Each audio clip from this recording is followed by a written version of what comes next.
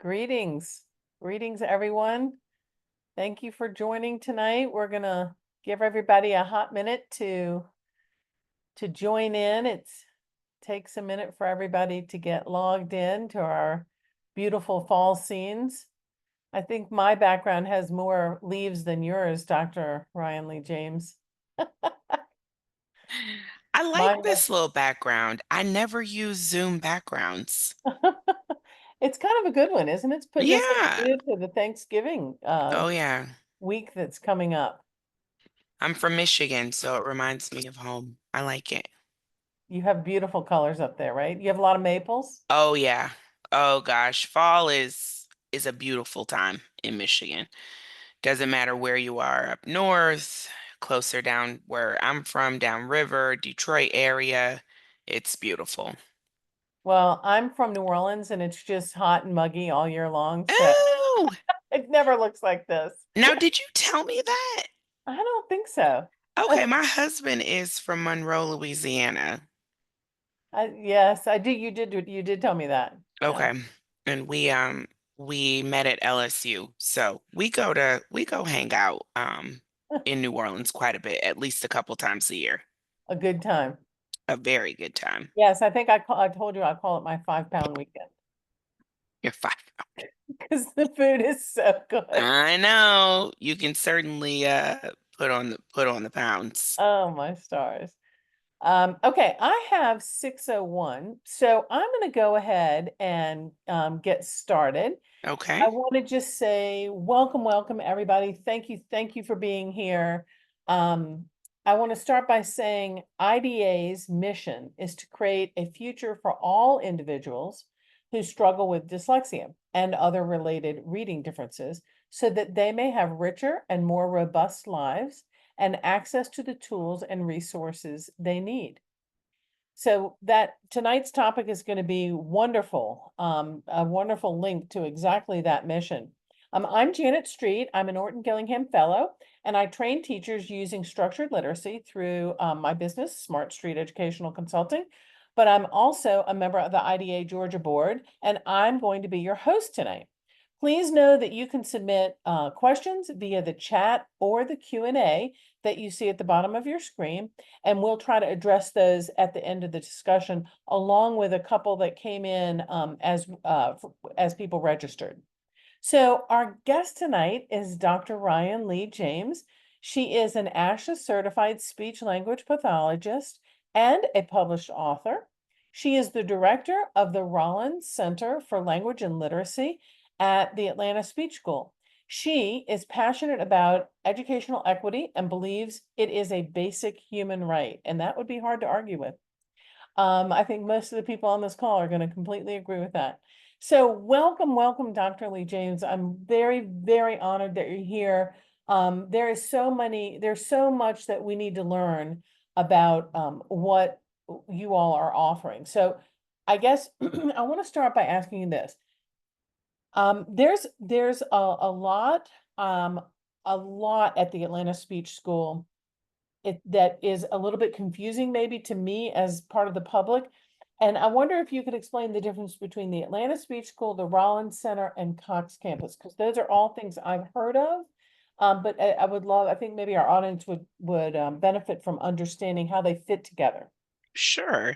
Yeah, and Janet, thank you so much, and to IDA Georgia for having Rollins and Cox Campus be here tonight and share a little bit about our organization. And so you asked about the Atlanta Speech School, and I'll start by saying the Atlanta Speech School is 85 years old, maybe 86 this year. We started in 1938 as a school for children who are deaf and hard of hearing. And over the 85, 86 years, we have evolved to multiple school programs on campus that serve children with dyslexia, children with early speech and language delay or DLD, still children who are deaf and hard of hearing. And the Rollins Center for Language and Literacy started in 2004. We are named for the Rollins family. They gave us, along with many other funders, but they were really instrumental in help to provide the funding to help start the Rollins Center. So we started the Rollins Center in 2004 with the goal that we would be able to train teachers beyond the speech school walls in our local community and, regionally, slightly beyond those walls. And then we realized, I think, pretty quickly that the demand for teacher training was so great that the Rollins Center would almost never employ or never employ really enough staff to be able to meet the needs of teachers around Georgia, but also beyond Georgia who needed more professional learning and training around literacy. And so out of that need was born the Cox Campus in 2010.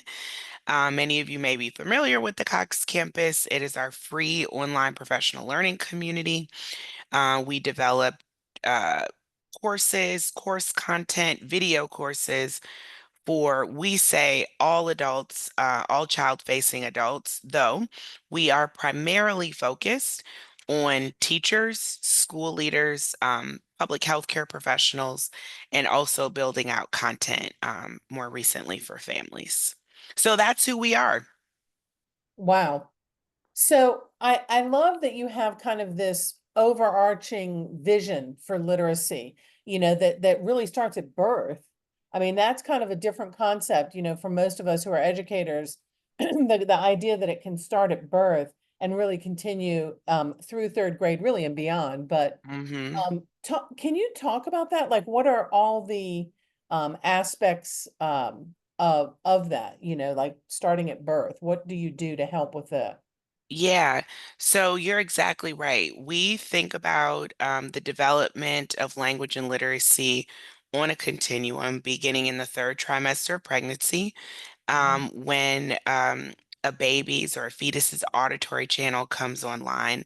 And we know that that early auditory, that early sound that babies are able to hear in utero will eventually form what we know as phonemic awareness. And so we do start really, really early. Um, Again, recognizing that language is the foundation for the work that you mentioned around structured literacy, thinking about oral language, listening, and speaking is really the foundation for that. So we start early at birth in the third trimester of pregnancy. We have a program that we've cultivated for, I would say, it must be almost 10 years now, maybe 8 years, with Grady Hospital, called Talk With Me Baby. This program is all about coaching families around healthy early brain development. What are the easy, simple strategies that families can do at home to build babies' brains, to build their language skills? And of course, we all know what comes along with that: executive functioning and vocabulary.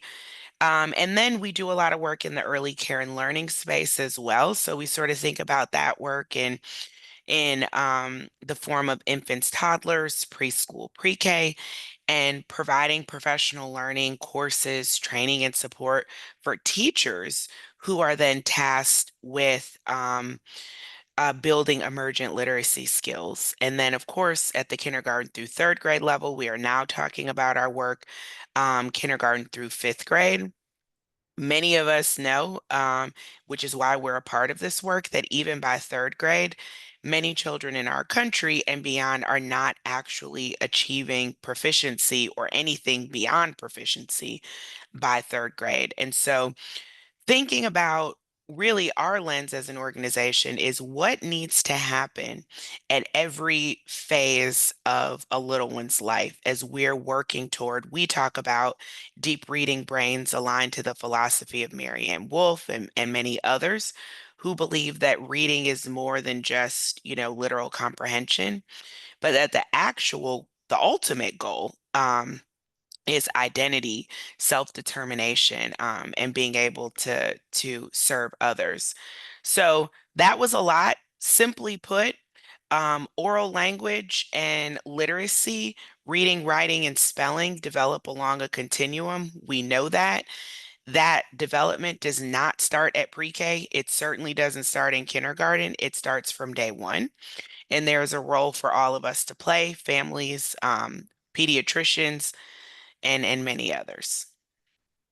I love that. And I'll just say on a personal note, my daughter has recently had a baby and she's at that stage. She's about 10 months old where she's, starting the babbling and I think even as families, you can encourage the back and forth. If as she's babbling to you, you're babbling back to her and helping her understand, hey, this is how we communicate, right? Hmm. And that's where it begins, right? And it's so interesting that you say that because I'm a speech language pathologist, and I think what many people don't recognize is that babies are learning more about um, communication than just vocabulary and early sound awareness. They are learning the rules of conversation, the rules Mhm. of discourse, that when you babble, you pause. I jump in, I babble a little bit, and we have that serve and return and that back and forth.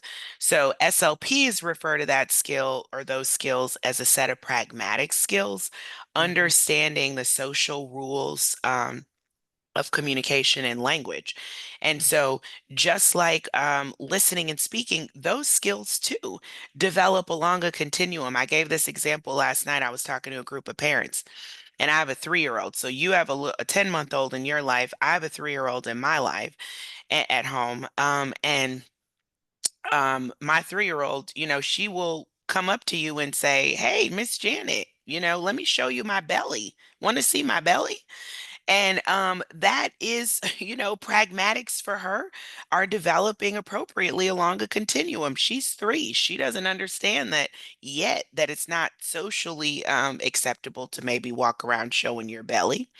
My 8-year-old, however, has learned, developmentally appropriate wise, she's not doing that anymore, right? She's 8 Right. and she knows that we don't show body parts out, just out in public. So yeah, even those social skills um, are really critical. And I think post-COVID, we're seeing, um, quite frankly, children struggling in the domain, more children maybe struggling Right. in that domain of pragmatics. Right. And we don't really think of that. We take all of that so for granted, but even, not talking at your kids maybe, but those conversational turns. I ask you something, you reply. I contribute something, you give back. That's so interesting that we can really practice that, you know. Yeah. Yes. Um I noticed on your website you had a list. It said the 9 essential elements for early care and learning. And that sounded really important. It's everything from a safe, responsive climate to, you know, all the way to integrating the teaching around an anchor book. So Hmm. gosh, I think it's very fascinating that this early care, how you're proceeding from, hey, here's the child and the family and what that language looks like. And now what does it look like with this early care? So did you want to talk more about that? Sure. So we have really tried hard over the last few years to try to codify our work in a way that where someone like you or someone else could come to the Cox campus and sort of pick that model up and be able to actualize it in their environment. And so our 9 essential elements of a language-rich ecosystem has was created and cultivated by our Rollins and Cox campus team over many years, and of course informed by research and looking at what are those key ingredients really. Of course, we could maybe think of other things that are not on that list, but what are the key ingredients that really need to be present in every early care and learning system if children are going to thrive, social, emotional wise, language and literacy wise? Of course, the goal is that children will leave early care and learning at preschool or pre-K, matriculate into the K-12 system and that are armed with all the skills that they need. So our nine essential elements of the ecosystem, language rich ecosystem, we break them up, I'm almost certain, into culture, climate, and content. And Mm. so again, not thinking about you know, only receptive language skills or only expressive language skills, but we're really trying to think about the whole child, ensuring that we are bringing in culturally responsive materials, culturally responsive pedagogy. The families are still, we name the families as an element, families as partners, because Mm. we know we cannot do this work without families. And so the nine essential elements of a language rich ecosystem is really the goal is to be able to provide a model for early learning centers, not just, in our state, we have early learning that's licensed by Bright from the start. We have private early learning. We have family, friend, and neighbor care. We consider that those elements are applicable and generalizable across environments. Yeah. So interesting. One of my favorite ones on that list is consistent routines, rituals, and transitions. And I just think about how important that is in a child's life for developing a predictable environment that they're in, and how that's very soothing to children, and how that laying that groundwork can really allow children to begin to thrive with their executive function and language, which is also tied together. Exactly. Yeah, that is a critical element. And, interestingly, I think a lot of times as adults, we forget how much we've benefited. I'm 37, for example. We forget how much we've benefited from being on this earth as long as we have. And so we don't remember sometimes not having full control. And so for little ones, in order for them to feel safe, especially as we think about that transition to early care and learning, when they're not at home, when they're not with mom and dad, we can gain so much equity with kids just by helping them understand what's expected of them in an environment, what they can expect from us. So I know that after I have snack, I'm going to wash my hands and take a nap, right? And we see that kids who are function not in so not to be confused with hyperregulation. Mhm.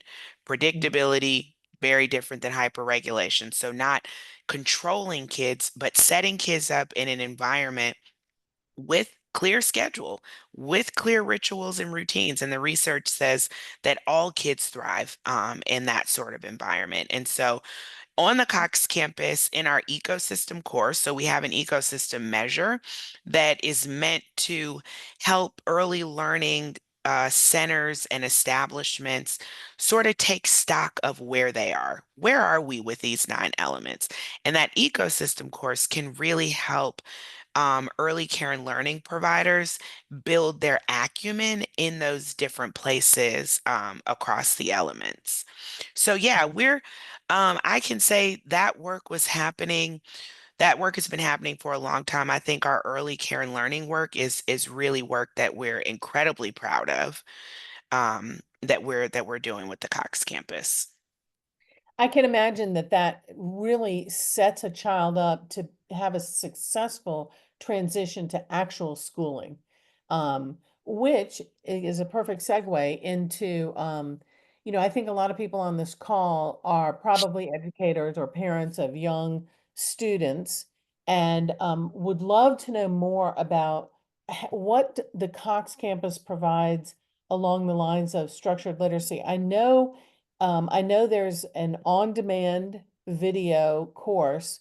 I think it's 30 hours, but tell us a little bit more about what all that includes, because I know there are a lot of teachers out there who are just, really interested in learning more about that. Yeah.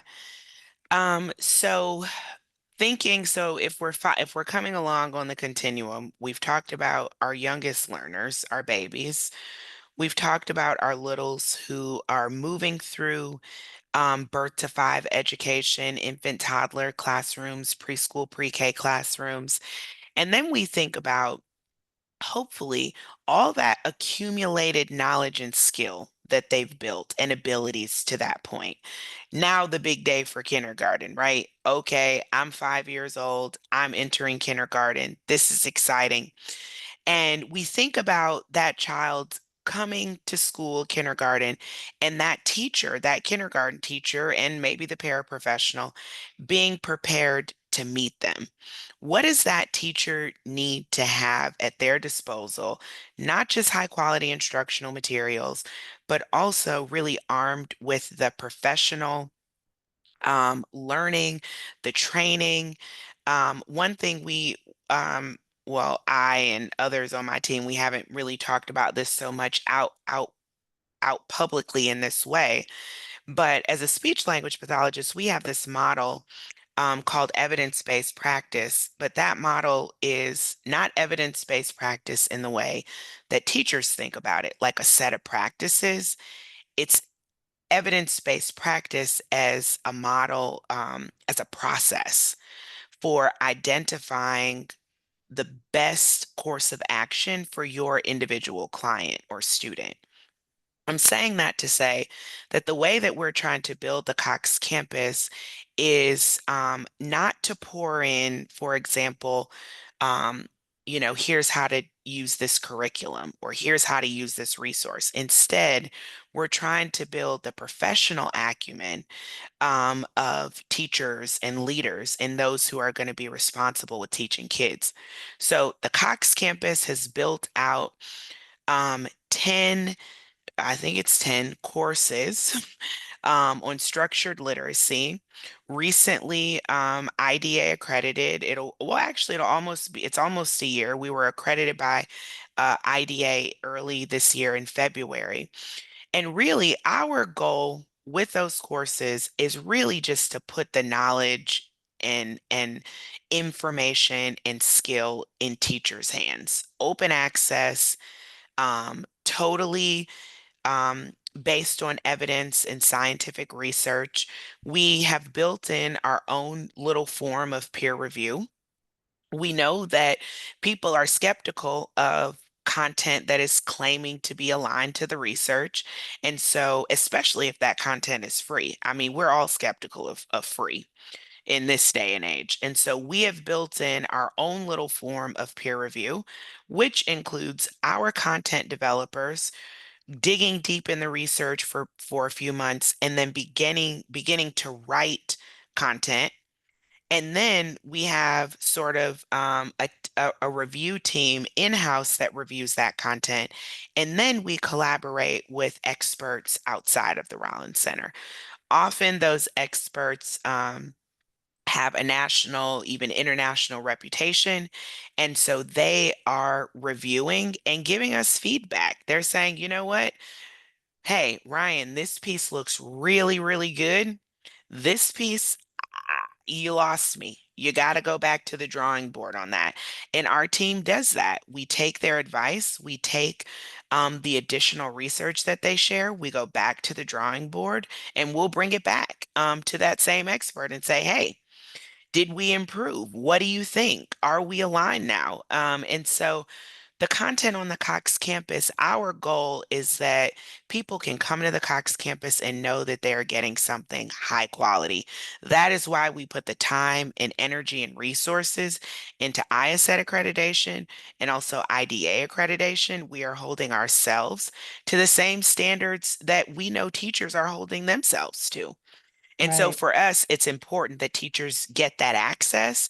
I'm talking about teachers, but we also know that they're assistant principals, coaches, principals, district leaders, district coaches, um, who also really benefit from the information that's there on the Cox campus.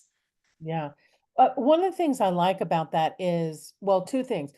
The fact that it is on demand and it's video based, it means that a busy teacher who is working all day long can then maybe take her time on the or his time on the weekend or in the evening or whenever they have a moment, they can take Hmm. that time and learn more on their schedule. Maybe even this coming week when they have some time off for Thanksgiving, to just some downtime. I love that, and I also love when something is on a video, sometimes you hear something and it kind of goes, wait, what? What did they just say? And you can hit pause and you can hear it again. If the Hmm. first time it was said it didn't make any sense, you can, circle back and hear it again. I think there's a lot of value in that, you And know. we hope that people will take advantage of that. We have seen in our data, which has given us a lot of insight into how our members near and far are using the Cox campus. So, for example, we see that when we look at our data on average, our Cox campus members are spending about 20 to 25 minutes in a course at a time. And so that tells us that they're kind of doing a little bit of what you're saying. I'm going to go in, I'm going to do a little bit now, I'll come back to it. I might revisit that lesson that I saw last week. Mhm. Um, and that is the goal, for it to be completely user friendly for the teacher. We also hope that more districts and more leaders, and we believe this will happen with Governor Kemp's signing of House Bill 538 last summer, that more teachers and more districts and leaders will make space for teachers in their workday to be able to get some of this information. You have probably worked with teachers like I have who say, you know what? This is like getting another degree. This is a Yeah. lot of information. And you know what? I have two kids and a spouse and aging parents and student loan debt. And, gosh, I love my students and I'm doing the best that I can. But how the heck am I going to carve out 4 hours for this course?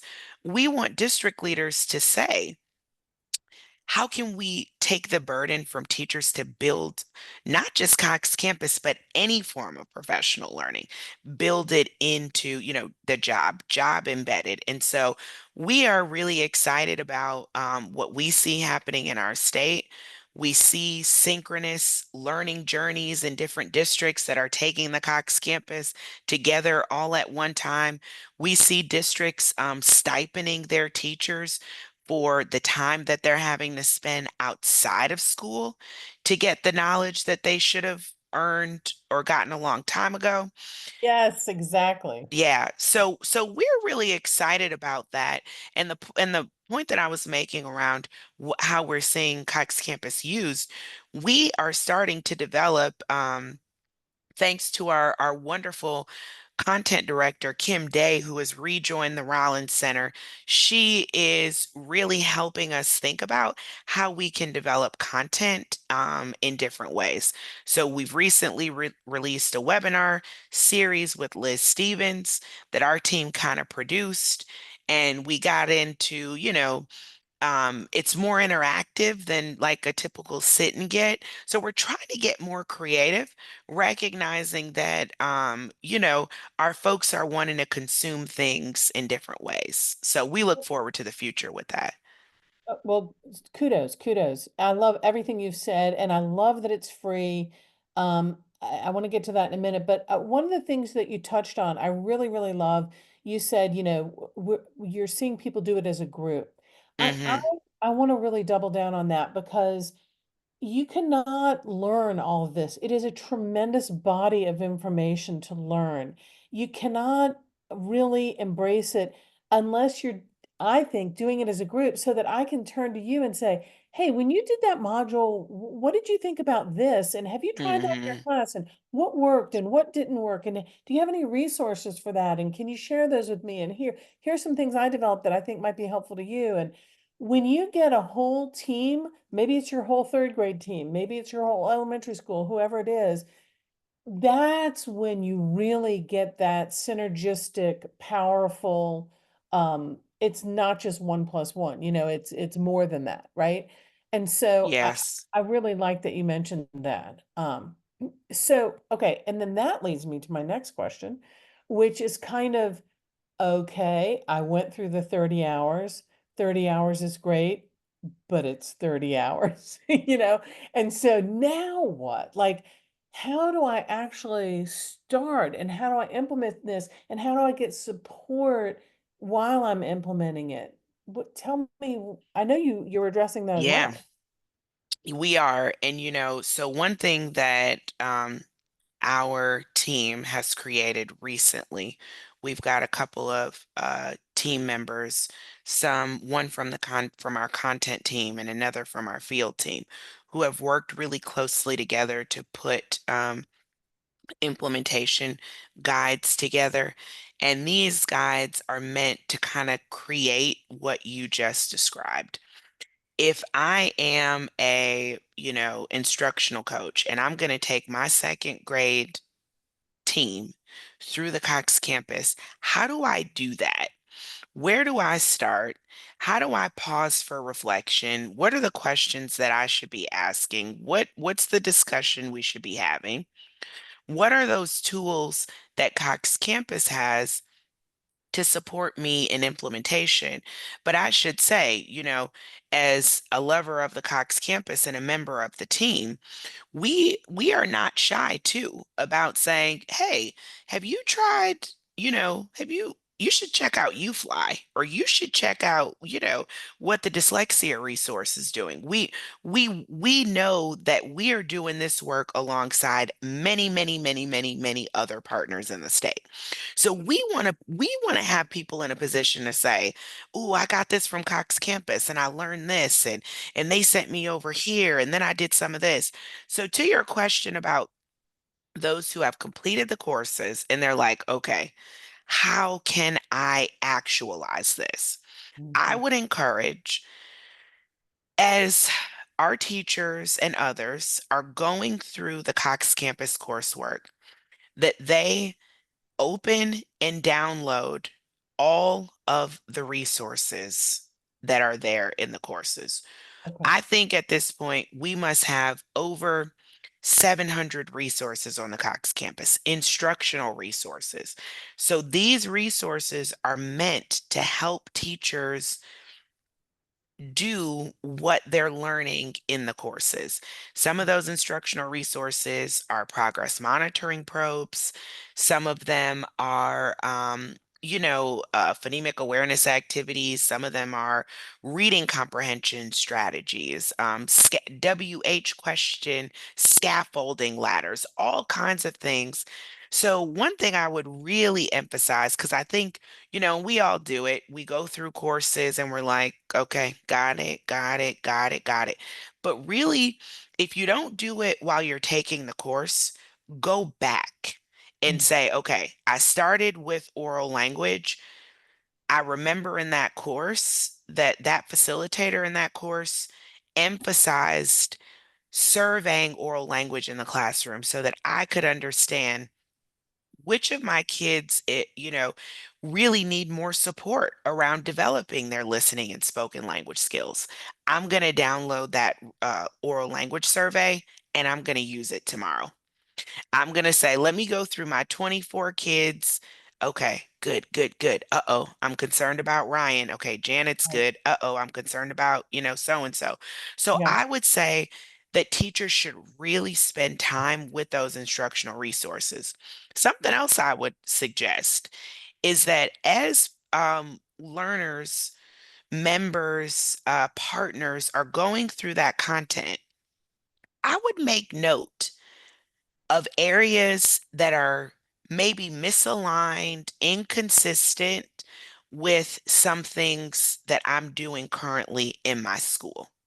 Mhm. Because sometimes what we see as a barrier to implementation is that, it's not teachers. Teachers are like, wow, I've got this new information. I'm going to try it with my kids tomorrow. And then they go, well, wait a second, but my high quality instructional resource tells me that I should be queuing.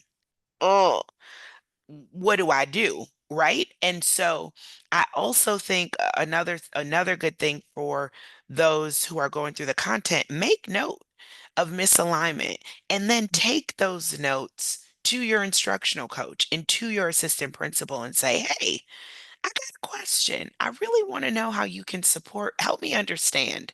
Because sometimes it is that the systems are actually the barriers to Yeah. implementation, Yeah. even unintentionally. Yes, I would 100% agree with the word unintentionally, I don't think there's anybody out there who's, trying to mess this up, right? I mean, Right. everybody's trying to do the best they can, sometimes with less than enough information. Um, I'm gonna put in a plug, for IDA for a second because Okay. I'm tag teaming off what you just said.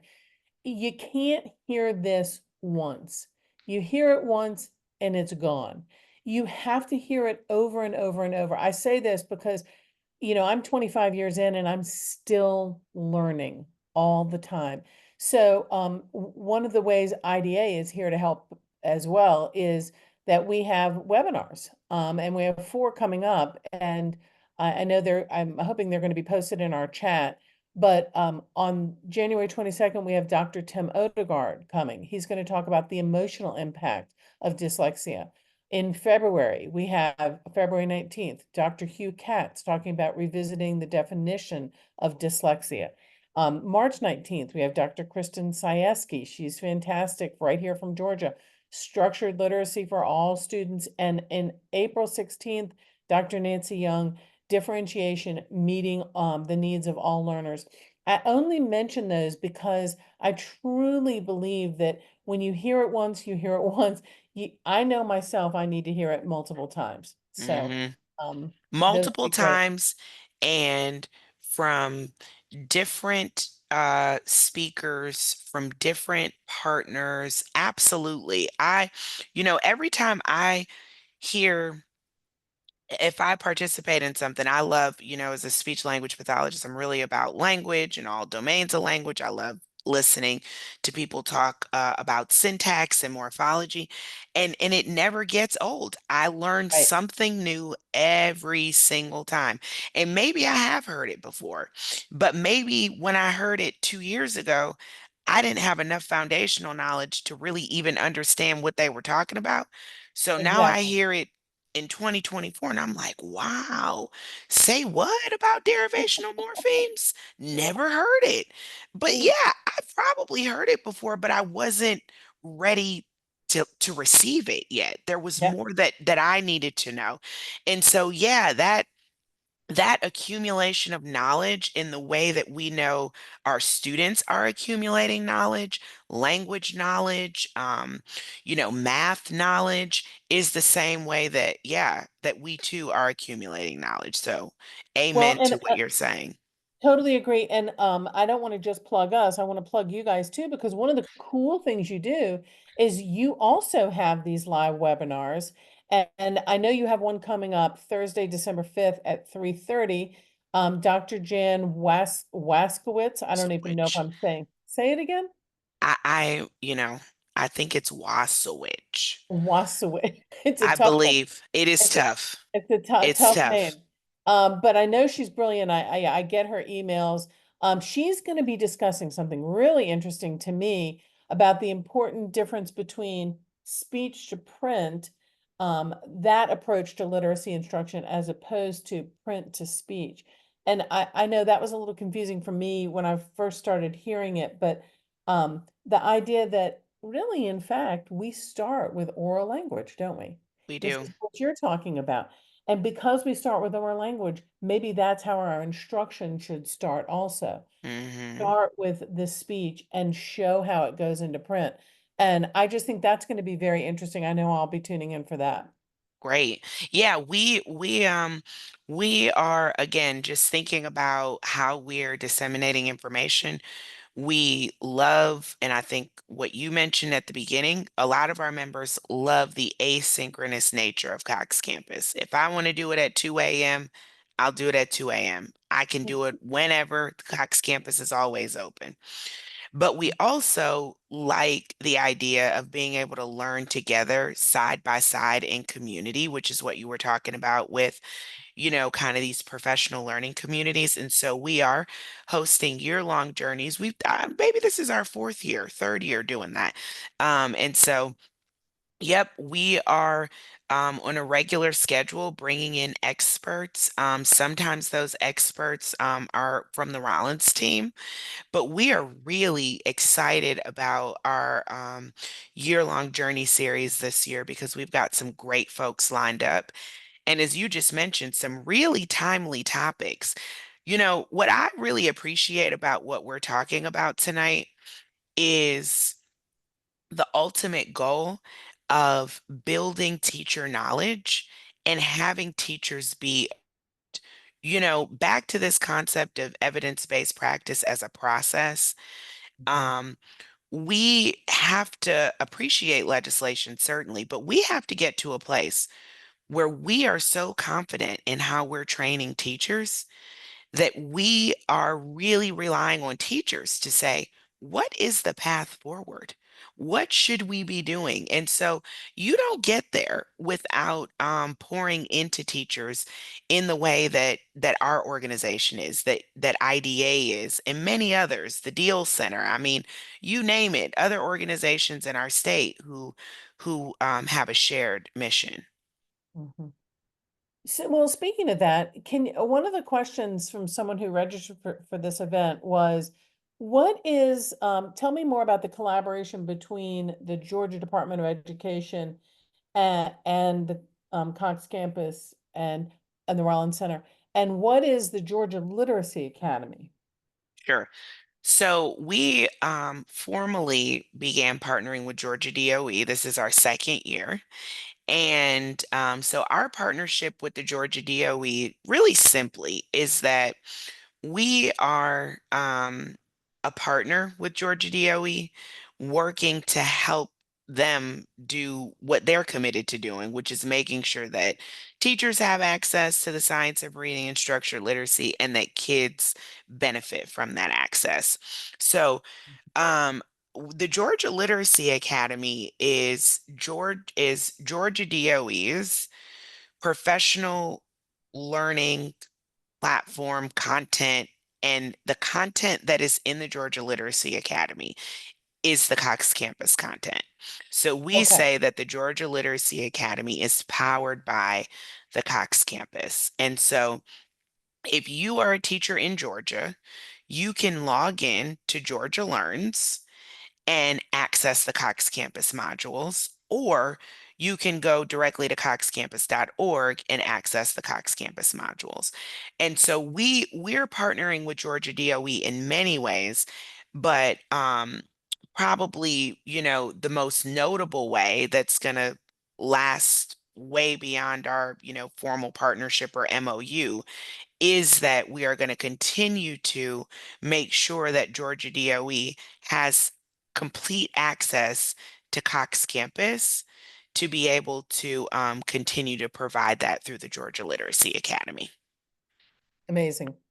One thing I want to say before I forget is, this isn't, it's free to the public, but it's not free to create. And so somebody has been very generous in creating this. And some of it is what? How does that work? What is the funding model? Is some of it public, some of it's philanthropy, private? Yeah, that is a great question. So, up until last year in our partnership with Georgia DOE, we could say that the Rollins Center and Cox Campus were receiving 95 or more percent of their funding from private philanthropy.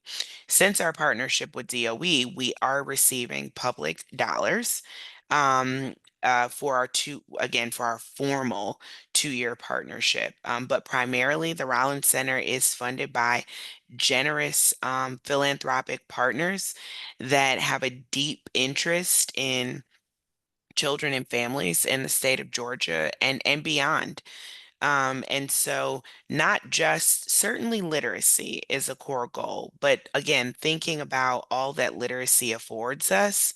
We had, as I know y'all did last weekend, and I hate I couldn't make it to IDA, Georgia, but we had Tracy Whedon as our Montag speaker, and she talked so powerfully about health literacy, financial literacy, All that literacy really affords us. It's so much more. And you know, those of us who love cuddling up with a good book, not taking anything away from that, because of course, books transform lives and can take us places. But when we really think about what we're trying to achieve, our philanthropic partners are totally committed to access for every child. And really, this idea that we want to make more than idea, but a reality that children have the power to determine their own futures. And so I'm so glad you asked about our funding streams because philanthropy is, we wouldn't be able to do what we do without them. And they're just pouring into us as a vehicle. But they're betting on, of course, teachers and families and stakeholders around the state and beyond who are really the champions of this work. Yeah. And when you look at the statistics around who is in the justice um system, like Hmm. 80% of the kids in that are below proficient literacy achievement. And so I think that we can see there's a direct correlation between those two, and I would even venture to guess causation. Hmm. 'Cause I don't think anybody sets out to say, "Gee, I think I'll ruin my life by joining the juvenile justice system," you know? I think I think when kids have options, when they feel like they have good options, like being literate, right? They don't make the poor choices, Totally. And when so they feel like, you know, they belong, gosh, you know, I think about right, some of our kids who, you know, especially at first grade, second grade, though we know it starts earlier than that with kids recognizing, I can't, I can't participate. right. I'm not able to participate in the curriculum or the activities or the, and then what that does to the social emotional health of a child. We I think you're right. I think we could say even or infer some causation in what we see is happening Mhm. early on in a child's life with their difficulty learning to read or having access and those later outcomes. Yeah. Amazing, and of course, we know the same thing for adult, incarceration, that so many of the people who are incarcerated, are low literacy as well, so Mhm. if we can improve early on, you know, all the difference we can make, so I am not seeing any other questions pop up. Is there anything that you would like to add before? Because I think this has been fantastic. And I thank you so much for all of this. And thank you so much to the Atlantic Speech School, Rollins Center, Cox Campus, all of the above for providing this for our community. It's Yeah. wonderful. Anything you'd like to add before we close out? You know, I guess you know, thank you to IDA and the board again for having us. Um, I can't think of anything. My email address is probably all over the internet everywhere. But it's rjames, at atlantaspeechschool.org. If there are any questions or any wonderings about our work, please feel free to reach out. Again, we are, I don't know if I said it, but our vision statement is literacy and justice for all because, like everything we've talked about tonight, we just know that if kids can get access, especially access early on, we are just in such a better position as a country, as a state. And so I'll just, you know, kind of end by saying literacy and justice for all. That's our vision. And we'd be delighted to get in touch with anybody who's interested in learning more. I love ending on literacy and justice for all. Couldn't agree more. Thank you so much for everything you're doing and thank you for being with us tonight. Thank you. Thank Uh, y'all. Good night, everybody.